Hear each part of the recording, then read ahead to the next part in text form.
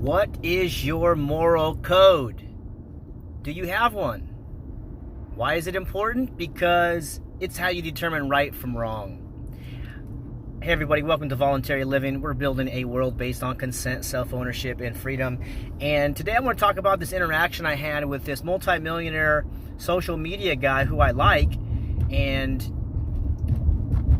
he's down with freedom and was promoting health and wealth and getting fit. That's great. Then he talked about government submission. And so I asked the question, got any solutions? And he says, yeah, they're right there. And I said, money can only solve so many problems. And what me and my friends did in Santa Cruz and in Carmel, California, was we used courage and we used truth.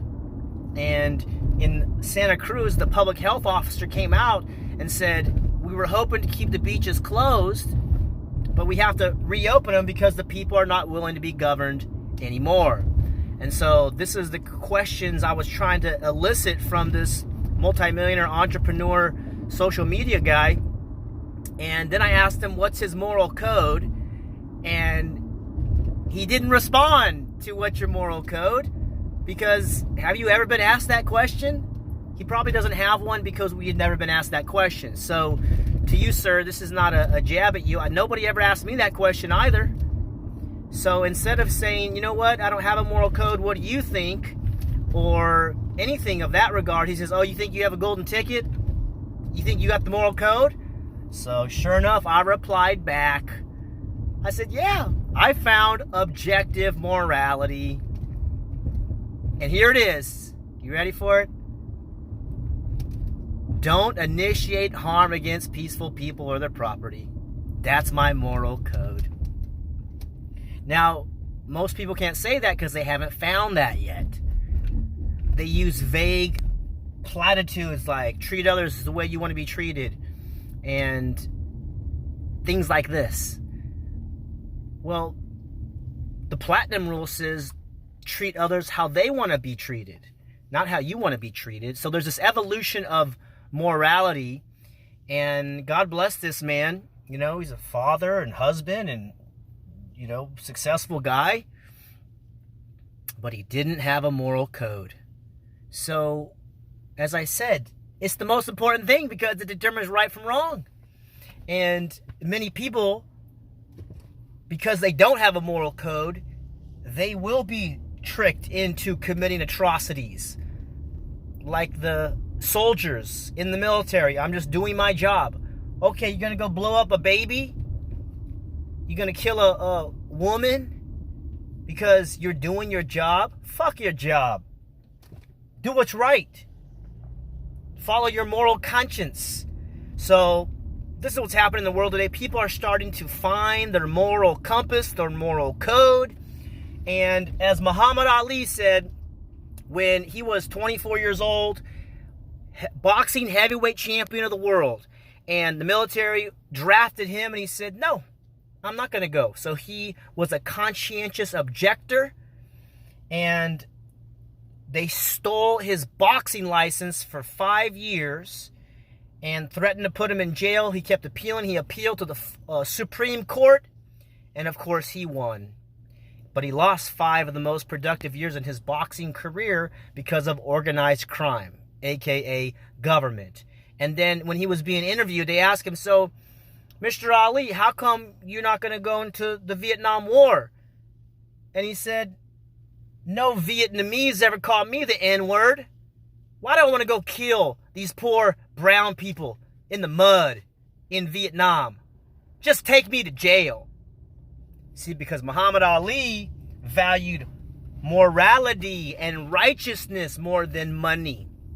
And that's what all the visionary men and women of the future are doing right now, is we're determining what we value in life. And some things are worth dying for, which is if your superior commander tells you to kill a baby, you tell him no. You do it. You kill me first. But I just want to share that story today because I could feel the statism in this multimillionaire who I respect, but I see now he's very egoic and arrogant about honesty and true conversations. And he doesn't know me. So, why should he respect me? He doesn't have to respect me. But we were having a dialogue back and forth. I thought a sincere dialogue. I wasn't jabbing at him. I was trying to elicit his moral code. And then he started, saying, he's like, name your congressman. And I'm like, government's organized crime, buddy. Why would I name my congressman so I can call him up and say, hey, guys, please stop robbing me and please stop violating me?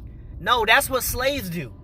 And so I just send blessings to this man that he's got the slave mentality still, although he's, has a lot more money than I do. I probably am pretty certain of this. But see, money doesn't make you free. Consciousness makes you free. Liberating yourself from mental slavery makes you free.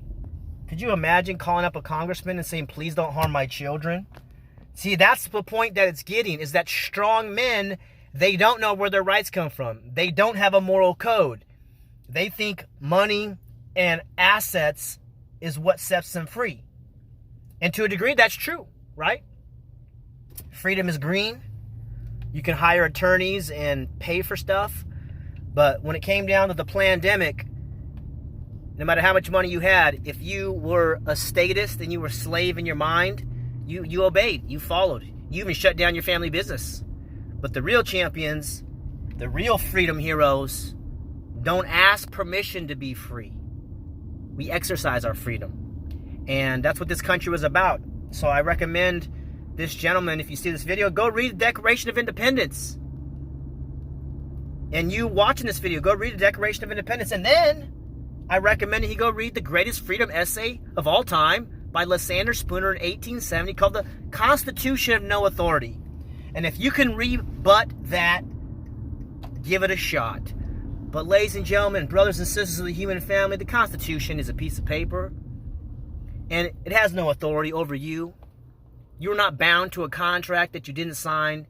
And people are not allowed to delegate rights that they don't have. So if it's wrong to steal money, then it's still wrong to hire a hitman to go steal money. Okay? So we are discovering objective morality. It's a beautiful time to be alive. And this is the great self-ownership awakening. So I invite all you multimillionaires and all you amazing people out there to consider that the left and right wing of the political state are criminals. That both parties suck. That coercion is the problem and consent is the solution. Who owns your body? Where do your rights come from? And how do you determine right from wrong?